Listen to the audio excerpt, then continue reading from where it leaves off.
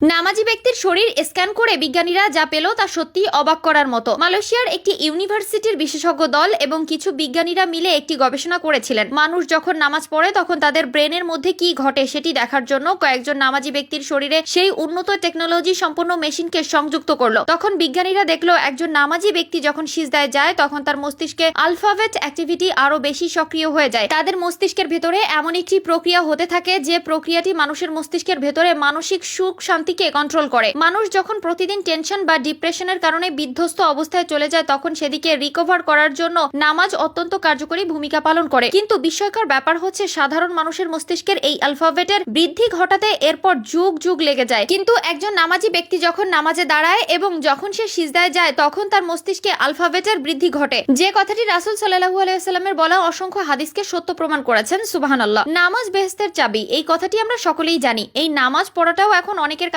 লোক দেখানো হয়ে গেছে। অনেকে মনে করেন যে নামাজ না পড়লে মানুষ কি বলবে। যারা লোক দেখানো নামাজ পড়ে তাদের নামাজ তো হবেই না, বরং আরো বঞ্চিত হবে নামাজের সুফল থেকে। যারা আল্লাহকে পেতে এবং জাহান্নাম থেকে মুক্তির জন্য নিজের মনকে দৃঢ়ভাবে নামাজের দিকে ধাবিত করবে শুধু তারাই এই নামাজের সুফল পাবেন। আপনারা জানেন নামাজ পড়লে শরীর যেমন ব্যায়ামের উপকার হয় ঠিক তেমনি মস্তিষ্কে আলফাবেট অ্যাক্টিভিটি আরো শক্তিশালী হয়ে যায়। যে কোনো পরিস্থিতিতে পবিত্রতা বজায় রেখে নামাজ আদায়ের নির্দেশ রয়েছে। আজকাল আমরা দুনিয়ার মোহমায়ায় নিজেকে ডুবিয়ে ফেলেছি, ভুলে গেছি সৃষ্টিকর্তা আল্লাহকে। আমরা নামাজ না পড়লেও সময় মতো তিনি রিজিকের ব্যবস্থা করে দেন, তারপরেও আমরা তার ইবাদত করতে পারি না। আল্লাহ চাইলে এক পলকে আমাদের ধ্বংস করে দিতে পারে। একবারও কি ভেবেছেন কিভাবে আমরা নামাজ না পড়ে এভাবে আরাম আয়েশে দিনের পর দিন কাটাচ্ছি? একবারও কি মনে পড়ে না সৃষ্টিকর্তা আল্লাহর কথা? সকলকে আল্লাহ হেদায়েতের পথে পরিচালিত করার তৌফিক দান করুক, আমিন। আল্লাহ তাআলা প্রতিদিন মুসলমানের জন্য 5 ওয়াক্ত নামাজকে ফরজ করেছেন। নামাজ দুনিয়ায় সব ধরনের অন্যায় কাজ থেকে আমাদের বিরত রাখে। কর্মক্ষম উজ্জীবিত মানসিকতা লাভে নামাজ আল্লাহর এক মহা নিয়ামত, বান্দার জন্য অন্যতম রহমত বটে। তাই তো আল্লাহ তাআলা মানুষকে সার্বিকভাবে উজ্জীবিত করতে